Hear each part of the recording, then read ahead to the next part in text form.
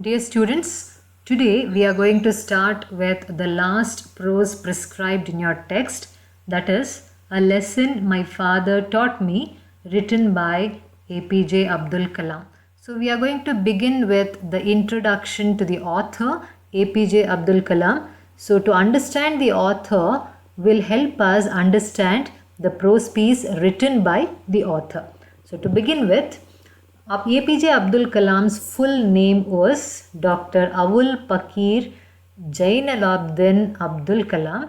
He was born in a Tamil Muslim family in a pilgrimage center of Rameshwaram on 15th October 1931.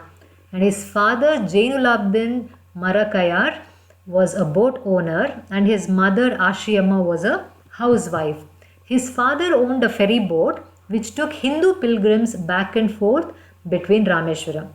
Dr. Kalam was the youngest of 4 brothers and 1 sister in his family, so it was a big family. As a young boy, he sold newspapers in order to add to the family's meager income. So financially, he wanted to support the family. In schools, though Kalam was a very average student, he was described as the bright and hard-working student who had a very strong desire to learn. Now, he studied physics and aerospace engineering. He joined DRDO in 1958 as a junior scientist after his engineering studies. Now, between the 1970s and 1990s, Kalam made effort to develop the Polar Satellite Launch Vehicle and SLV-3 projects, which proved to be successful. And he also played a major part in developing many missiles under the missions Agni and Prithvi. Now, he joined NASA in 1963 and he was an aerospace scientist in NASA as well. He was intimately involved in India's civilian space program and military missile development efforts.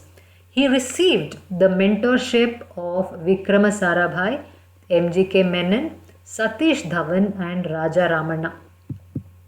He played a crucial organizational, technical and political role in India's Pokhran-2 nuclear tests in 1998, and Pokhran-2 nuclear test was the first since the original nuclear test by India in 1974. He drew global attention after the Pokhran nuclear tests. He was also known as the Missile Man of India for his work on the development of ballistic missile and launch vehicle technology.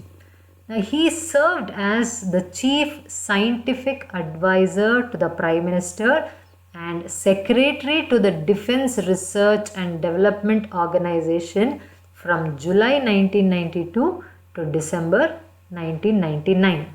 Now, Abdul Kalam developed a low-cost coronary stent named the Kalam Raju stent in coordination with the cardiologist Soma Raju in 1998. The duo designed a rugged tablet computer for healthcare in rural areas and it was named as the Kalam Raju tablet in 2012. He was also known for his vision, motivational and inspirational speeches.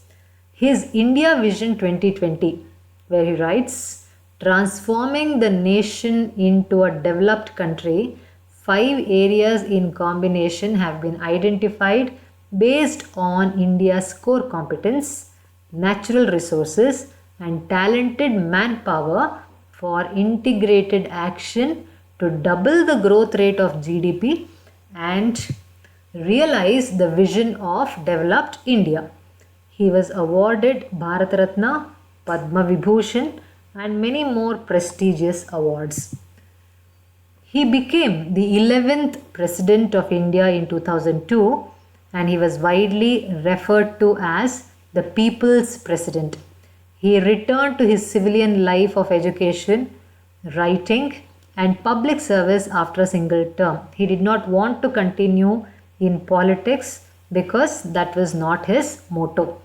He promoted the advancement of the National Nuclear Weapons Program. He also devised a 20-year action plan to achieve economic growth through technological development in India. Now, the major works written by Dr. Abdul Kalam are India 2020, Wings of Fire, and Ignited Minds and Inspiring Thoughts. He died while giving a lecture at IIM Shillong because of cardiac arrest at the age of 83 in the year 2015. Thousands, including national level dignitaries, attended the funeral ceremony. He was buried with full state honors in his hometown of Rameshwaram, and he was noted for his integrity and his simple lifestyle. He never even owned a television when he was alive and was in the habit of rising at 6:30 or 7 a.m. and sleeping by 2 a.m.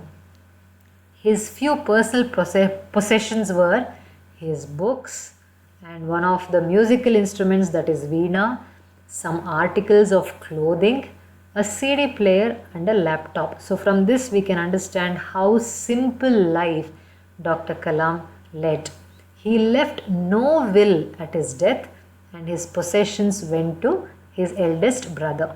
So his simple personality, his simple way of life will be an inspiring life for many people in the country and around the world. So this introduction of the author will help us to understand the lesson or the prose piece which is written by him, which we are going to take it up in the next session. Thank you very much.